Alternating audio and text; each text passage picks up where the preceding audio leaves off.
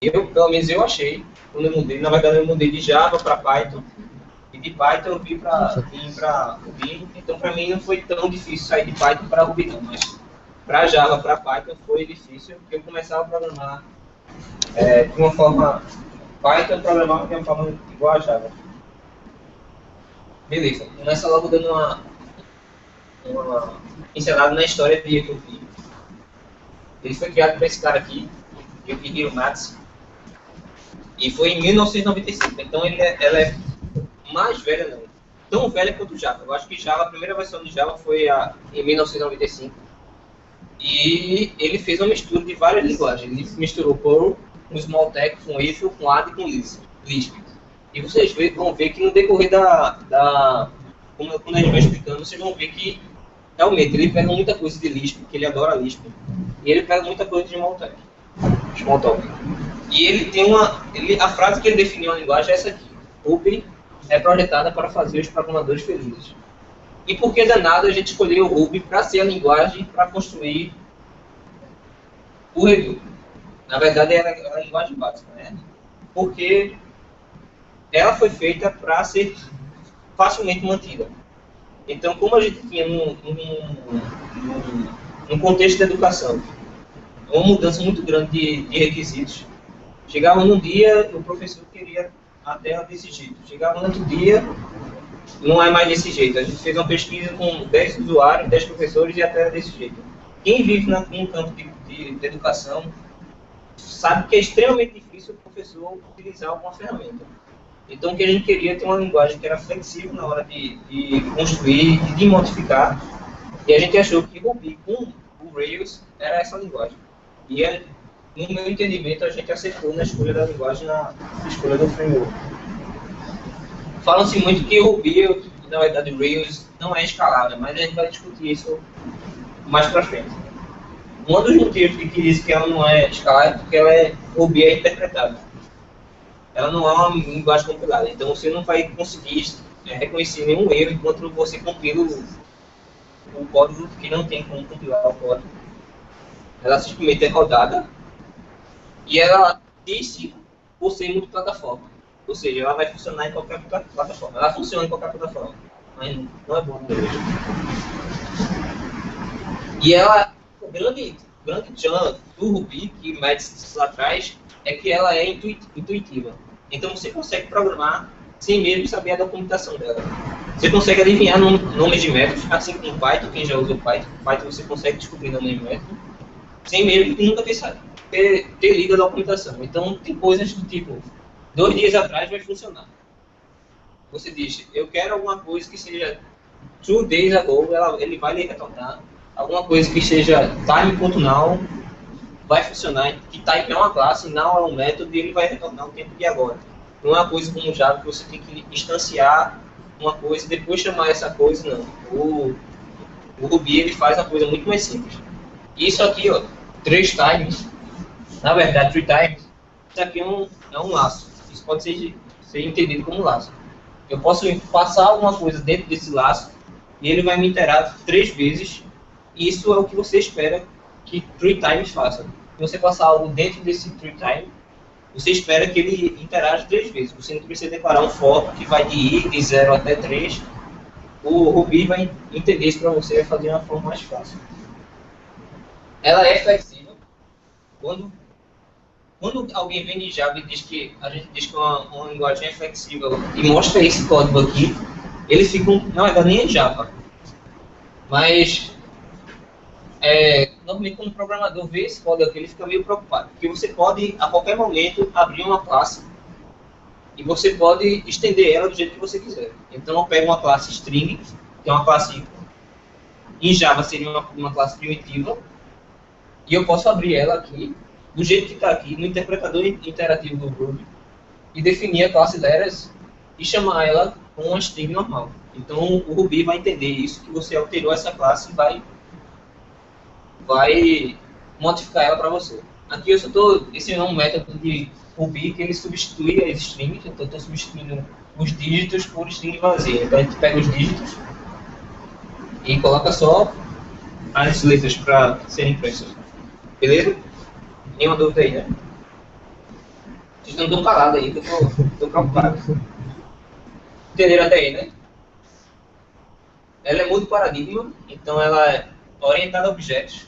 Então eu posso declarar uma pessoa, essa pessoa acima dela, e essa pessoa pode ser chamar métodos, funções, e vai me tornar o que eu vou querer. Então ela é orientada a objetos porque ela possui uma estrutura de objetos e funções. Mas também ela é funcional. Eu posso ter um array aqui. Esse array pode receber, tem esse método de select que recebe uma função. E essa função pode ser aplicada a todos esses elementos aqui. Então é como se fosse num raster um map. E também tem um método map no Ruby. E você pode, para todos esses elementos aqui, você vai aplicar isso e o resultado disso é só os números pares. Beleza, né? Eu pego o módulo de 2, o módulo de 2 se for igual a 0, essa vai me retornar só os números pares.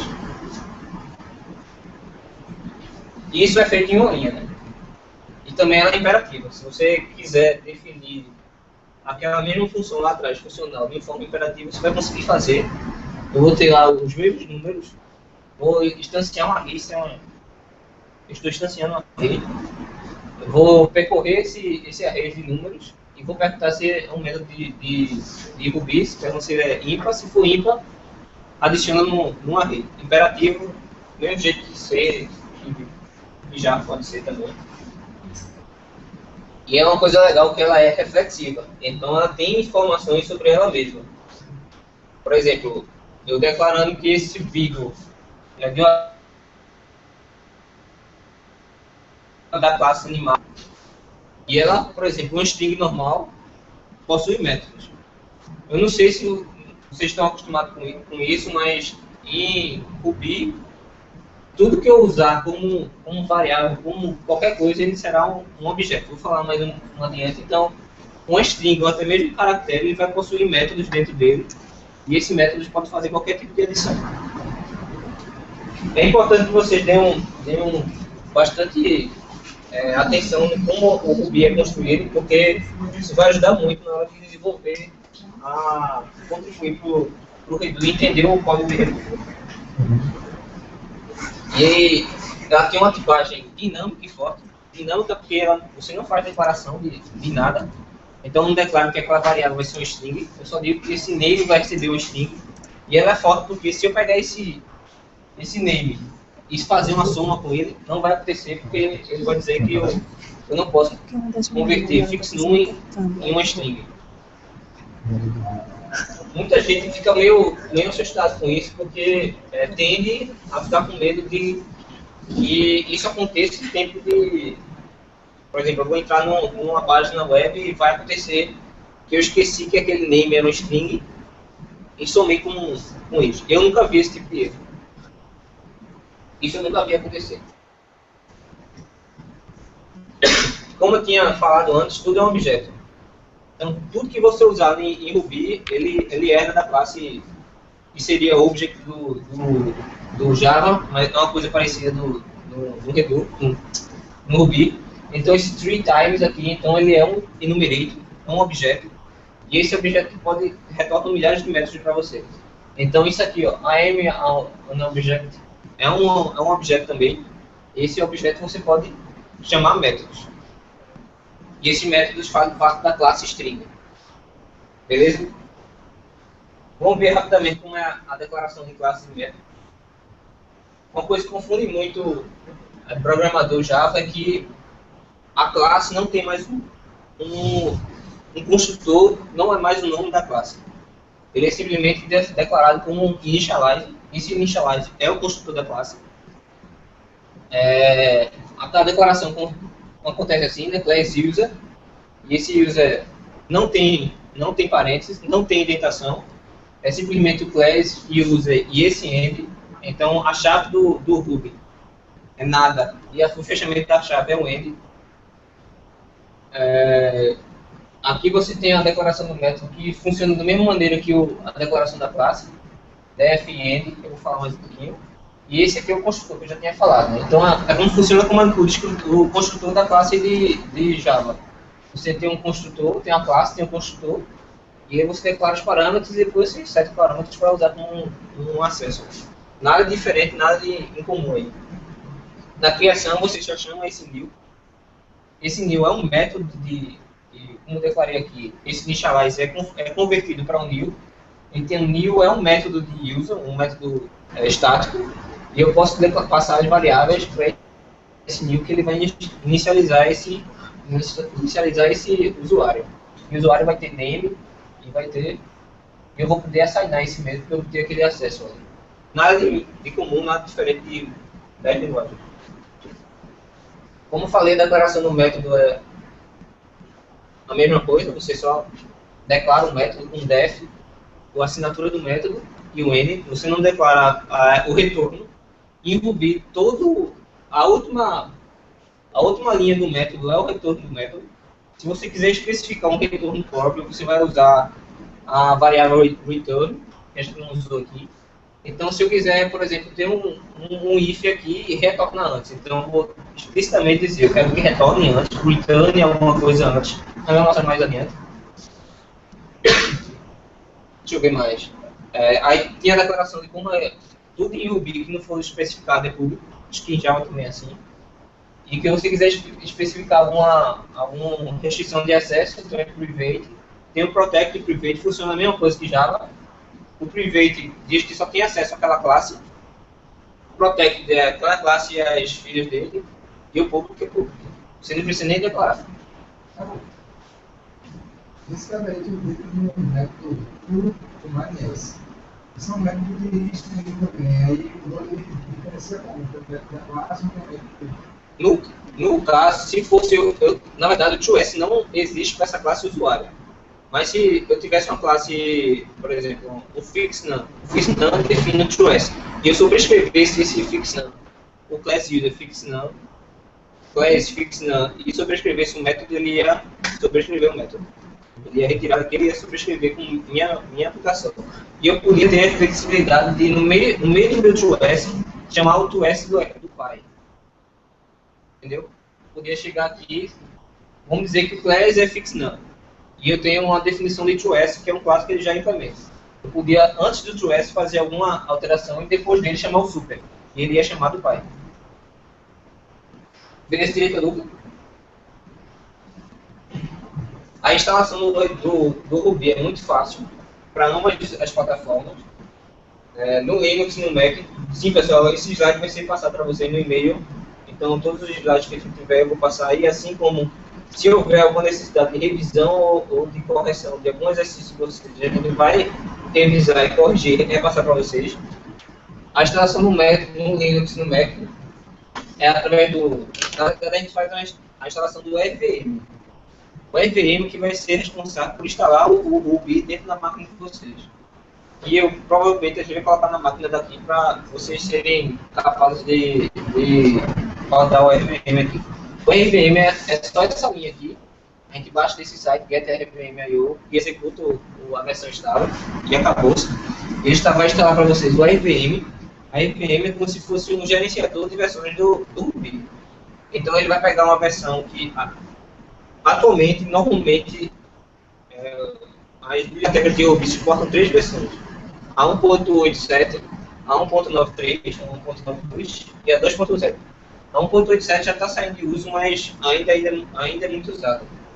E a 1.9 e a 2.0 que está mais em alta. Então a RVM vai fazer esse controle. Por exemplo, na empresa que a gente tem uns 3 projetos que rodam a versão 2, mas tem um projeto que roda 1.9 e outro projeto que roda 1.87. Então tem que ter esse gerenciamento de versões do Ruby. E para instalar no Windows, que para quem gosta, ele tem um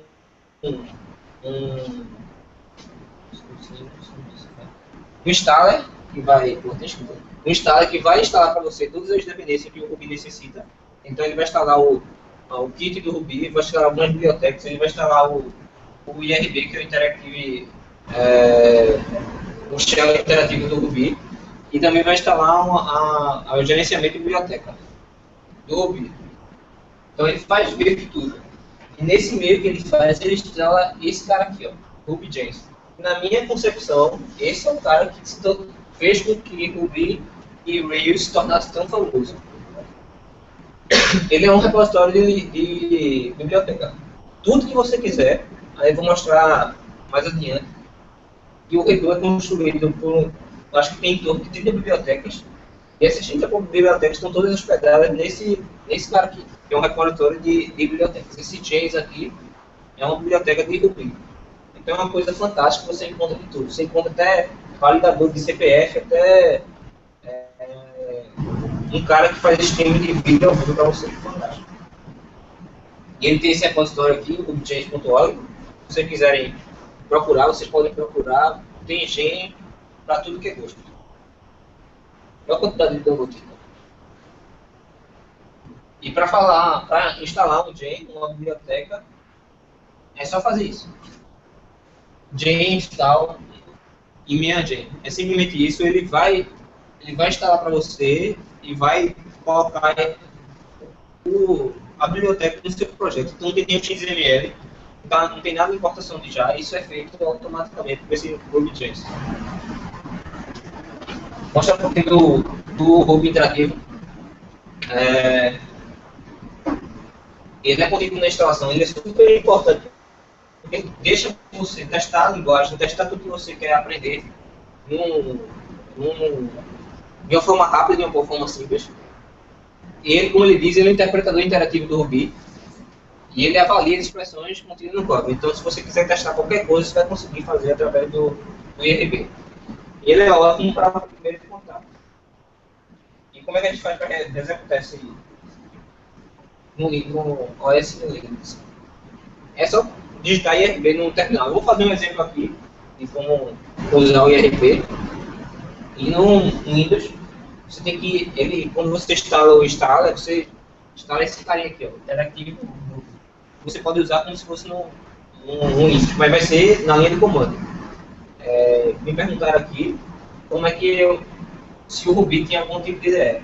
Tem um IDE, tem uma Aptana, tem o RubyMine, eu acho, e tem o Eclipse, tem o Ruby também.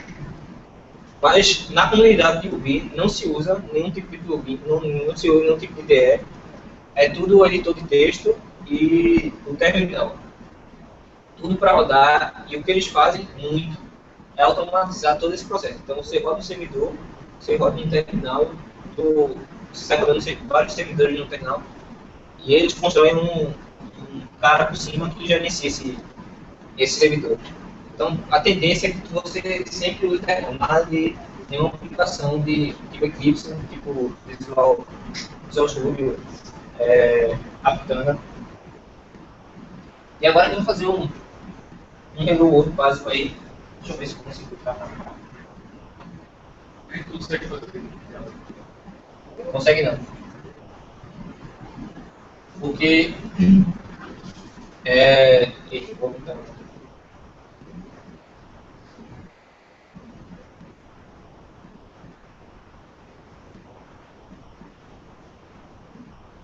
O Ruby, quando ele foi lançado a primeira versão, muito antigamente, ele conseguiu distribuir a versão dele entre as principais máquinas. Por exemplo, no Linux já vem uma distribuição do Ubuntu, na CentOS, eu acho que já vem um Ruby nativo. Só que esse Ruby nativo se tornou muito antigo e não se conseguia atualizar a versão do Ruby tão rápido como a linguagem se desenvolveu. Acho que é um caso comum das distribuições. Isso aconteceu também para a macOS. Por isso que a gente tem que instalar um RPM. Porque se você não fizesse isso, você teria que desinstalar o Ruby nativo da sua máquina e instalar por cima, compilar na mão o Ruby que deveria ser o nativo. É por isso que normalmente se instala o RPM, por isso que a gente não vai poder usar Na verdade, vai dar para usar, mas a gente não vai conseguir fazer as mesmas coisas que eu vou fazer aqui. Então, nessa primeira aula, a gente vai só fazer a exposição. E na aula seguinte, a gente vai pedir para instalar nas máquinas do início daqui o RPM, que é um processo bem simples, bem demorado, e a gente vai conseguir usar novamente o IRB. Aí vai ter um exercício para casa e você vai conseguir fazer tudo ali. Aqui está o IRB normal, e eu vou poder fazer qualquer coisa. Posso somar, dividir. Como eu disse, qualquer coisa é o objeto. Então esse cara aqui é um objeto, se não. E se eu quiser saber os métodos internos, ele é reflexível, então ele tem as informações do método. Deixa eu espelhar aqui que eu estou ficar com uma dúvida. Deixa eu espelhar. Vocês têm alguma dúvida? Beleza, silêncio total.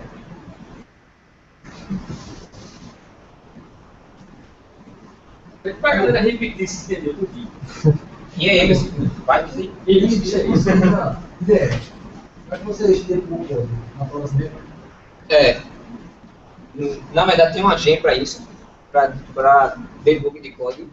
Eu sei colocar um ponto de breakpoint normal como no Java. E esse breakpoint você pode ir para trás ou para frente como no Visual Studio. Acho que Java pode agora também, não sei. Visual Studio você pode ir para trás ou para frente. E do menos assim, não funciona para trás, não funciona tão bom ainda, mas para frente funciona. Mas é tudo no terminal. Então você vai ter que estar ciente das suas variáveis, você não vai apertar nenhum clicker. Passo para frente é N, next, passo para trás é B, eu acho, back. Enfim, é tudo no terminal. Você vai ter o log todinho da sua aplicação rodando e você vai ter que debugar no terminal. Nem pode fazer isso aqui.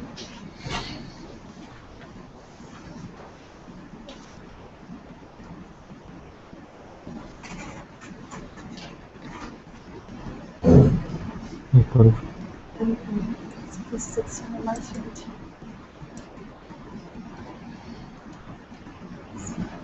O pessoal tá conseguindo escutar? Tá conseguindo escutar, se você também tem que ver a tela.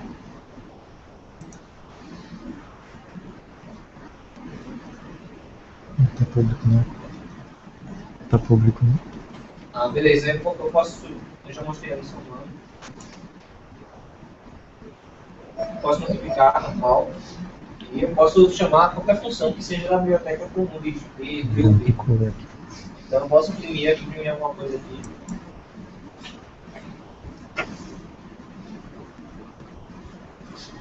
E ele imprime. Ele primeiro vai imprimir o que eu acabei de colocar no Word. E esse new aqui é o retorno. Porque como eu disse, tudo retorna. Então esse puts é um método. E esse método puts vai me retornar o Hello World ou então o Hello World como string, como resultado. Ele imprime na tela e o retorno nele é new. Então não vai me retornar nada. Então provavelmente lá não tem implementação desse puts. Vai ter um sysout lá para o console. Depois dele vai ter o new. Assim, aqui eu também posso declarar o clássico. Classe user. Tem uma referência. Esse é TTR acesso. É como se for, ele gera automaticamente para mim o get e o set de qualquer método. Se eu botar uma TTR acesso de name, ele vai me retornar. Aí eu criar um inicializador ali. Initial. Isso não é muito difícil inicializar, eu sempre escrevo errado. E desse initializer eu vou pegar uma variável de instância, que é desse jeito aqui, arroba dele. Setar ela, fechar o método e fechar a classe. Beleza? Aqui comum que eu mostrei de slide. Vamos ver se eu consigo inicializar essa.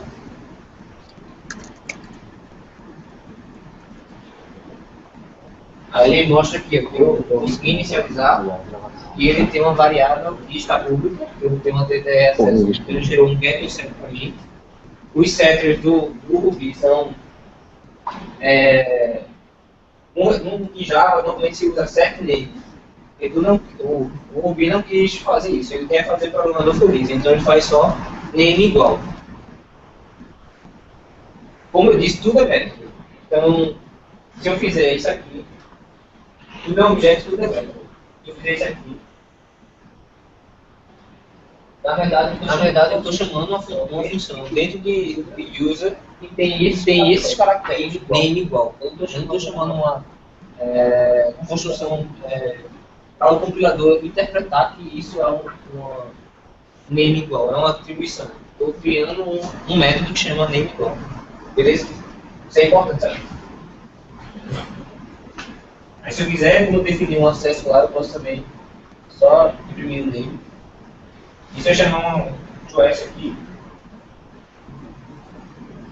Ele só imprimia a referência. Aquilo que não é perguntou. Eu podia subscrever se tivesse para me retornar alguma coisa que eu entendo. Pronto, ó, já acabei de declarar um class user, vou redeclarar ele, definindo TOS, e esse TOS vai me retornar um dele.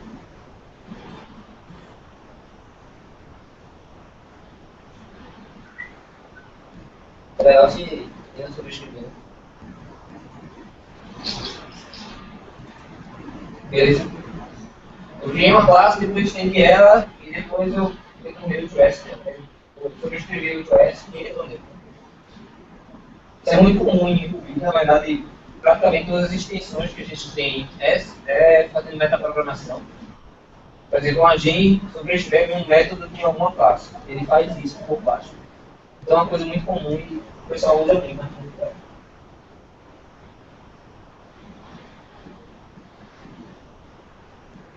Aí eu já expliquei o que aconteceu.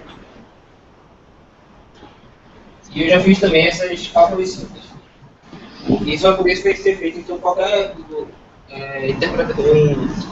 qualquer Ruby interativo. Beleza, eu vou explicar brevemente os exercícios. Eu gostaria muito que vocês fizessem isso, caso vocês tenham familiarizado. E vocês vão descobrir um monte de coisa que nem imagino sobre Ruby.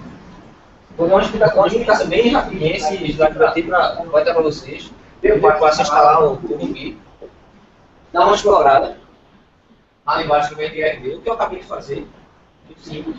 E vocês vão usar esse cara aqui, ó, o Try Ruby. O pessoal gosta muito de usar o Ruby como primeira linguagem para ser aprendida. Por quê? Porque ele é muito paradigma, então você vai aprender como pensar um paradigma funcional.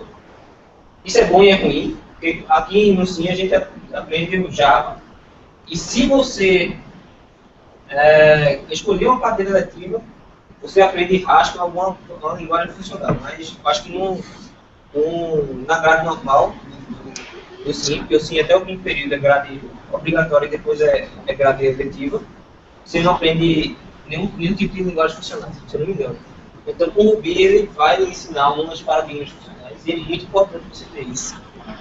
E você tem um tutorial online, você tem muita coisa online para você testar. Isso aqui é um tutorial online que é como se fosse um joguinho. Você vai cumprindo as etapas e você vai passando dos passos, passando as etapas. Muito legal. E eu quero esse exercício aqui para a próxima aula. Claro que a gente não vai cobrar nada de vocês, não tem nenhuma criança aqui, a gente está construindo a comunidade para distribuir conhecimento, esse é o objetivo. E esse exercício vai ter uma classe que representa um conjunto de strings, não é nada fora do comum.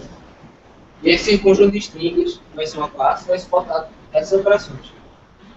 Adicionar uma string, checar se o conjunto contém uma string específica, remover uma string, contar o número de strings em um conjunto, a união de dois conjuntos e a interseção de dois conjuntos. Beleza? Nada de diferente aí. Já eu acho que eu ia fazer isso é só para vocês explorarem a linguagem mesmo. Antes de ir para Views, eu gostaria de mostrar para você a documentação de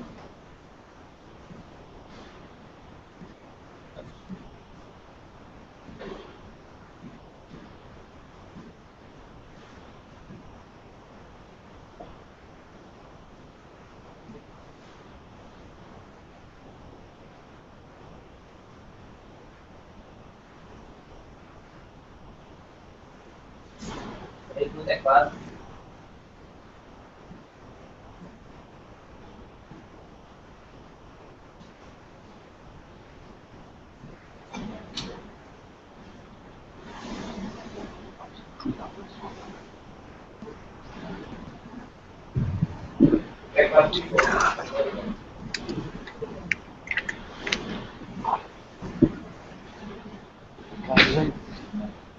Falta essas coisas.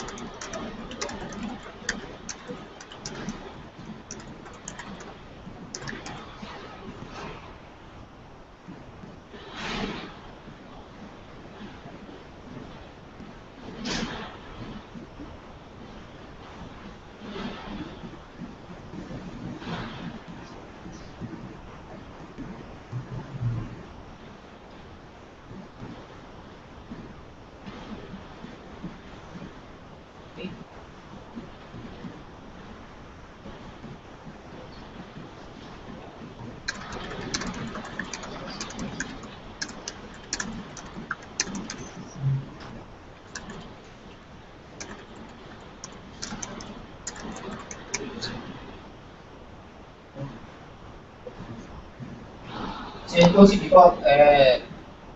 eu conseguir dar toda essa aula de Rails aqui, para entender direitinho, a gente pode fazer esse primeiro exercício de Ruby aqui na sala. Acho que a gente faz um code dojo rápido, tá? Se isso começa sendo o primeiro aqui.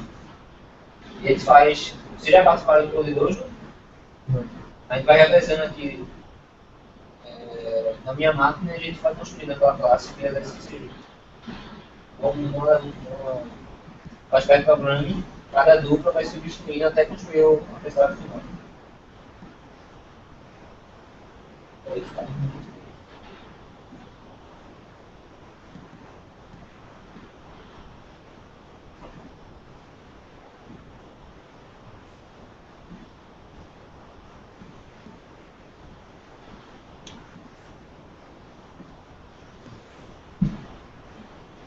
E aí, pessoal, o que vocês acharam que eu vi? Interessante. O que é interessante? Assim, como verdade para você, eu quero. Simplesmente eu quero adicionar um método, você simplesmente uma classe é o problema. E reescrever tudo. Mas eu quero incluir uma dúvida agora aqui. Eu quero, por uma razão, eu quero remover uma atributo por um método. Eu não faço. Não é um jeito fácil de esse que você pode fazer.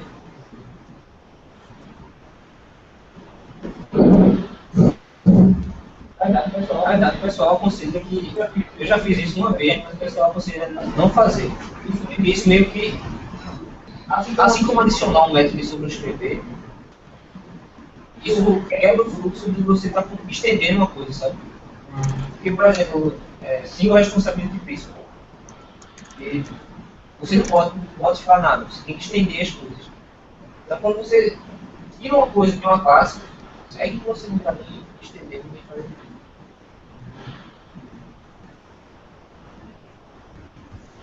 nada.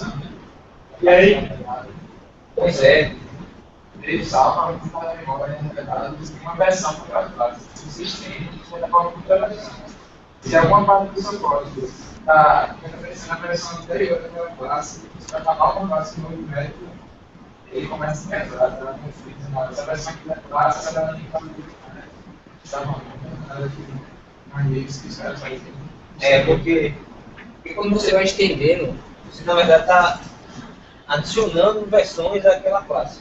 Aí pode chegar em algum momento que você espera que aquele classe tenha tal versão, mas ela está uma versão alterada, você tem um mismatch de versões, um conceito errado de versão. Aqui é a documentação do Ruby. Você pode encontrar qualquer coisa aqui nela. Por exemplo, eu quero encontrar informações sobre a classe string. Aí ela gera para mim todas as versões. 2.1 que lançou agora.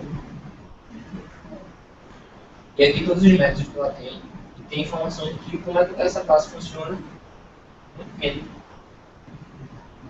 Como essa classe funciona e o que ela faz, cada método dela. Então uma coisa bem legal, dentro do ruby-doc.org, você aprende muita coisa sobre ela. Não sei se falei isso, mas o Ruby, o baixo é feito em C, né? Então, se você quiser, você pode até dar uma olhada como C, qual foi o algoritmo que ele usou em C para fazer essa implementação de Ruby. Porque o Ruby é aberto, você pode contribuir a qualquer momento. Você pode olhar todo o código dele, pode baixar, compilar, alterar.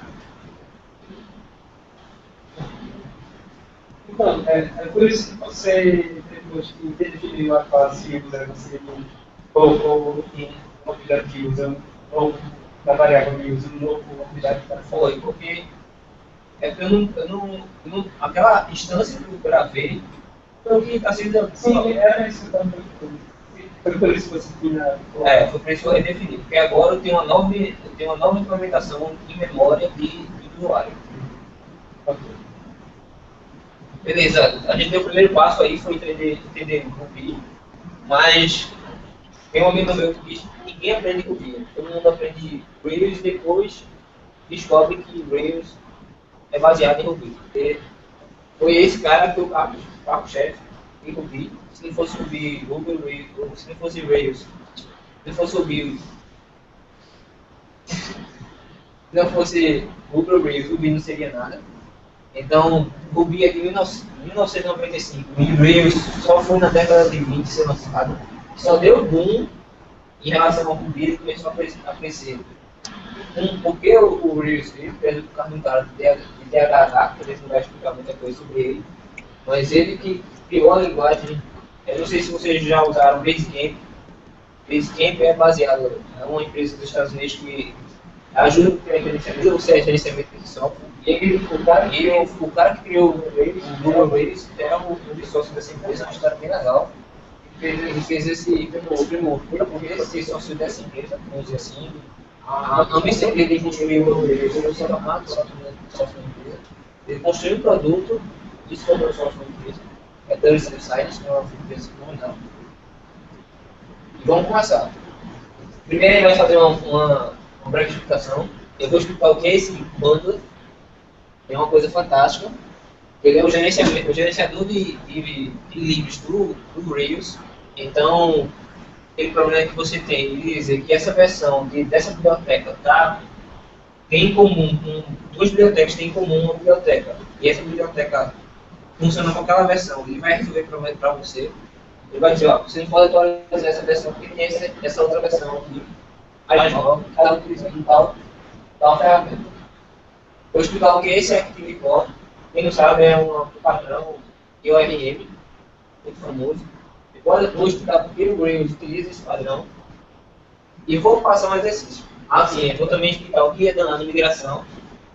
Que quem trabalha muito com mobilidade vai levar um choque do que essa migração faz. Vou explicar o que é a validações e explicar as associações. Como é que o Rails faz as associações. E vou passar um exercício. Primeiro, quem usa Rails? O Edu, o SlideShare usa Rails, o Yellow Page, quem sabe o que é o Yellow Page? É a página amarelas aqui, a Listel dos Estados Unidos é o Yellow Page. Então é uma quantidade imensa de dados. E o Yellow Page utiliza o Rails como um back-end. O Script, que é aquele gerenciador de conteúdo que é fantástico. O GitHub, na verdade o GitHub usa nem muito coisa. O Basecamp que eu falei agora, o Burg Stream de vídeo. O Bom, na verdade, está abandonando. Ele está indo para.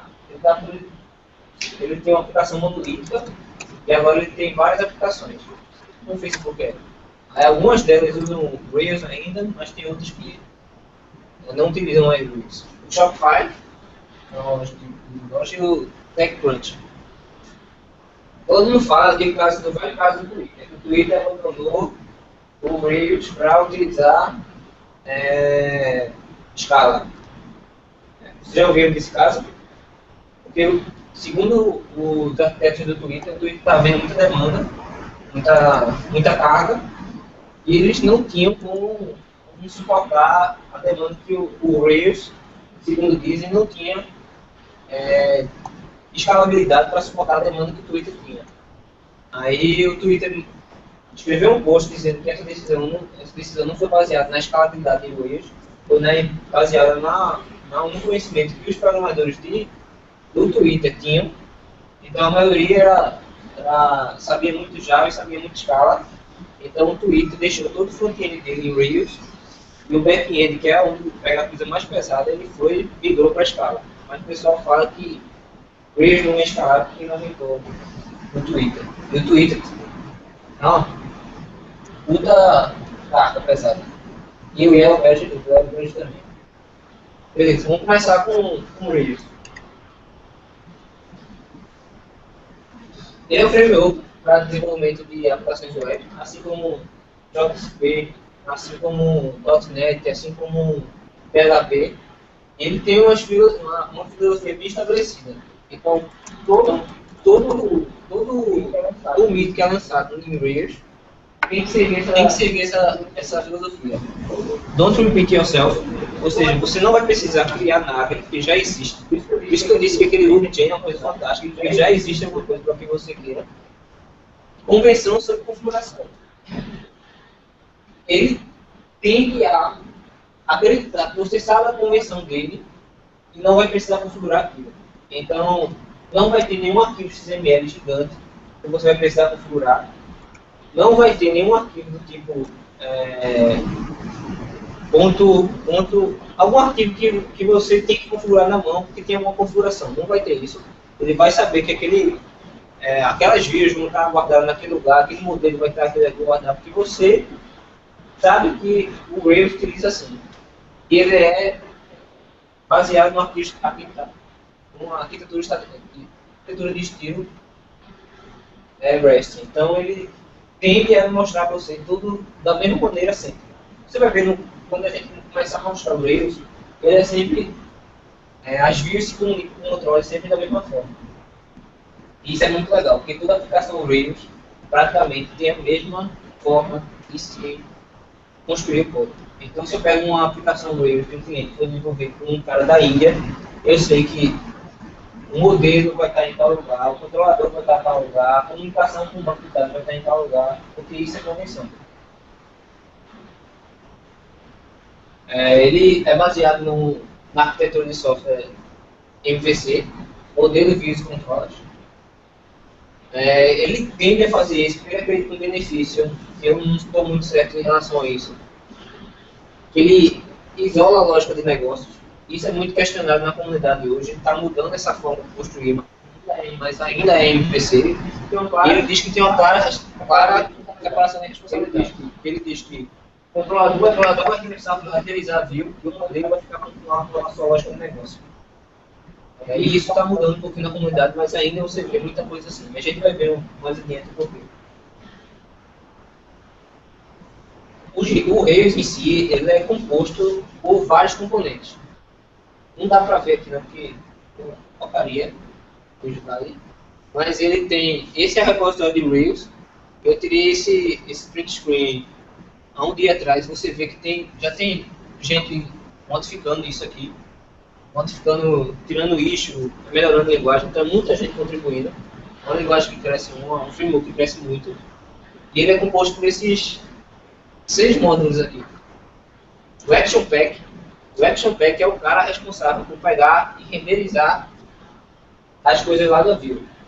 Então, é o cara que vai pegar os parâmetros e vai informar o controlador como é que esses parâmetros vão ser representados.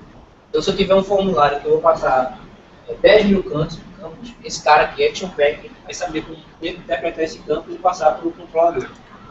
Do controlador, passar para o modelo. O Action View é o cara justamente em cima do Action Pack. Então como vai representar essa visualização. Se vai ser mobile, se vai ser uma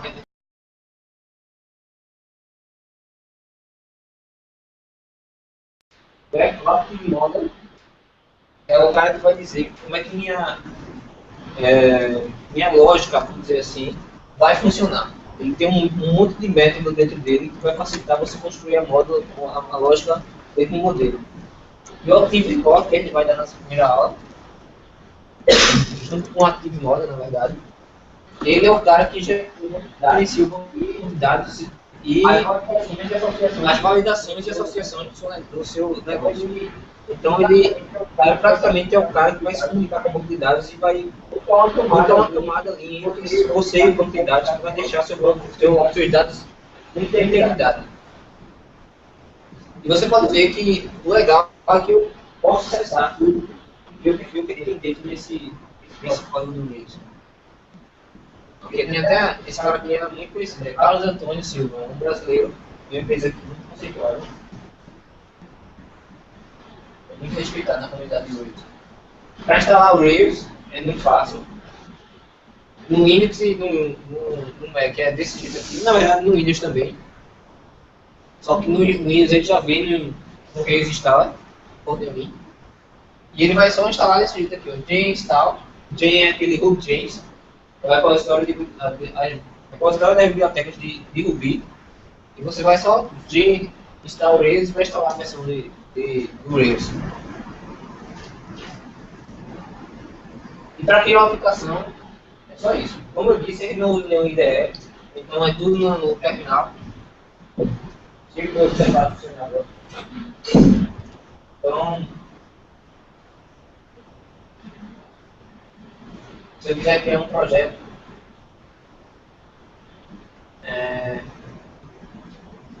estou com um Rails aqui.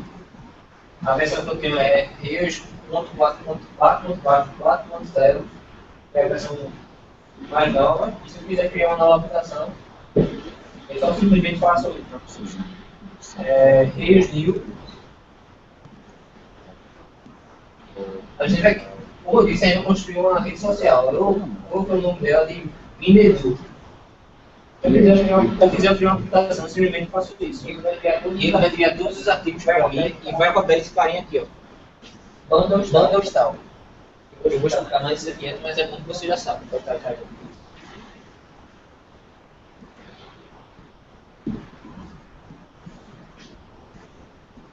Aí o resultado desse cara, quando eu faço isso, é isso aqui, ó. Não sei se dá pra ver, ele cria todas essas pastas aqui pra mim. Deixa eu passar aí, eu mostro algo.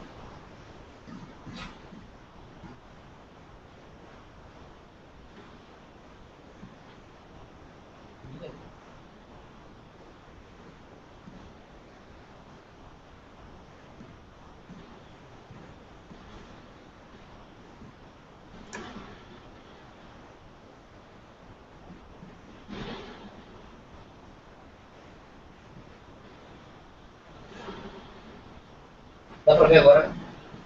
Beleza. Ele cria todas essas pastas aqui pra mim. Que é a pasta da aplicação em si.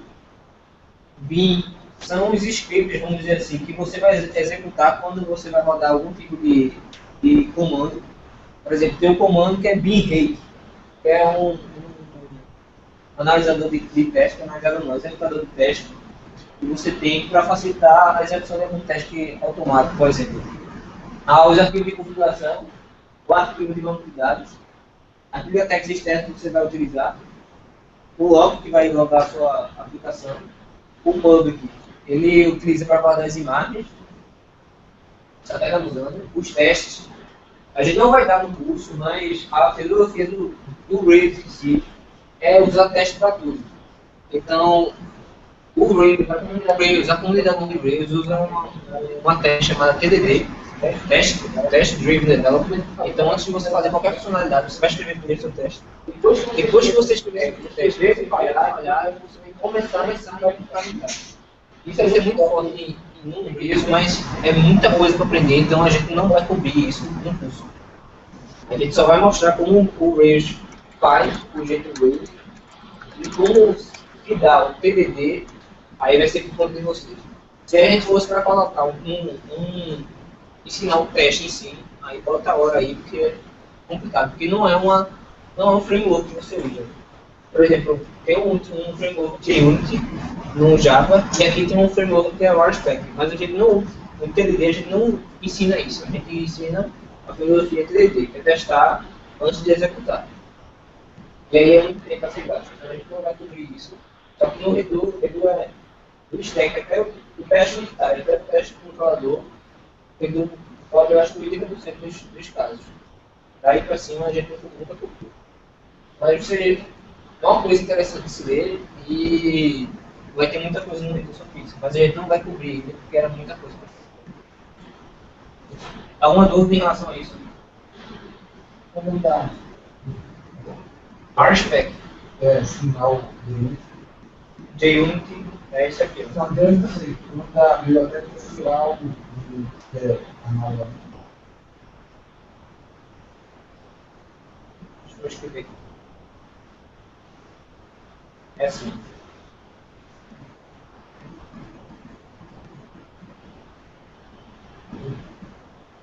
Consegue ver?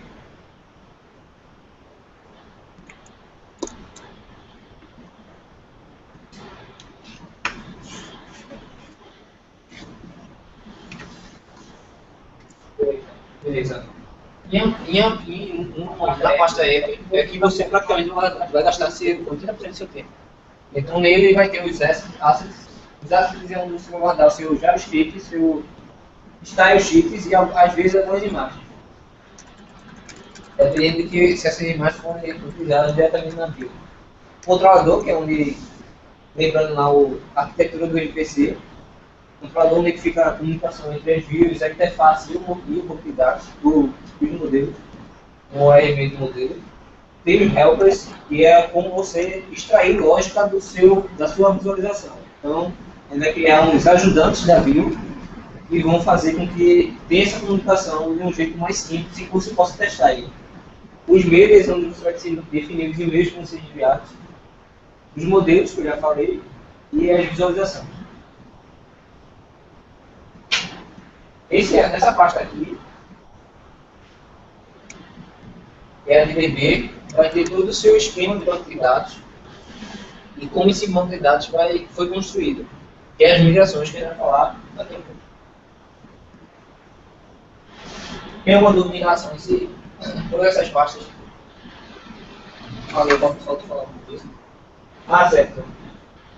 Tem esse arquivo de configuração, que é onde você vai estabelecer todas as configurações e, além disso, você coloca também esses locais ali. E o Rails foi construído para ser internacionalizado. Então, ele tem uma estrutura muito boa para você internacionalizar sua aplicação. E tem esses environments aqui, que você vai dizer qual a diferença entre a produção, em staging, em teste e em desenvolvimento. Isso ele dá para você poder for.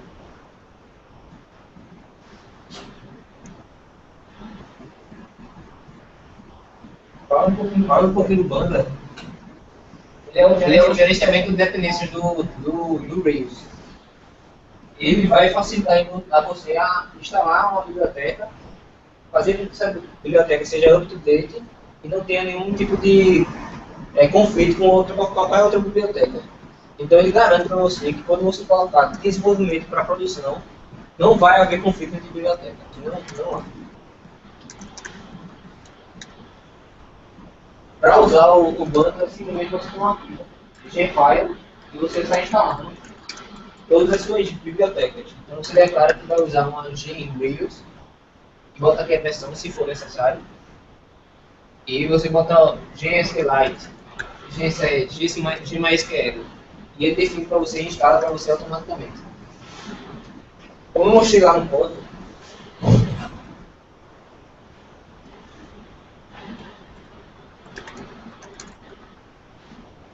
dar uma olhada. A quantidade de bibliotecas que ele instala lá na primeira, só porque ele instala o Rails. Então, ó, o Active Model, o Active Collection Mailer. Então, quando eu digo que quero instalar aquele gene Rails, ele está instalando para mim todas as dependências que o Rails tem. Então, o Action Mailer, o Active Import, o Active Model,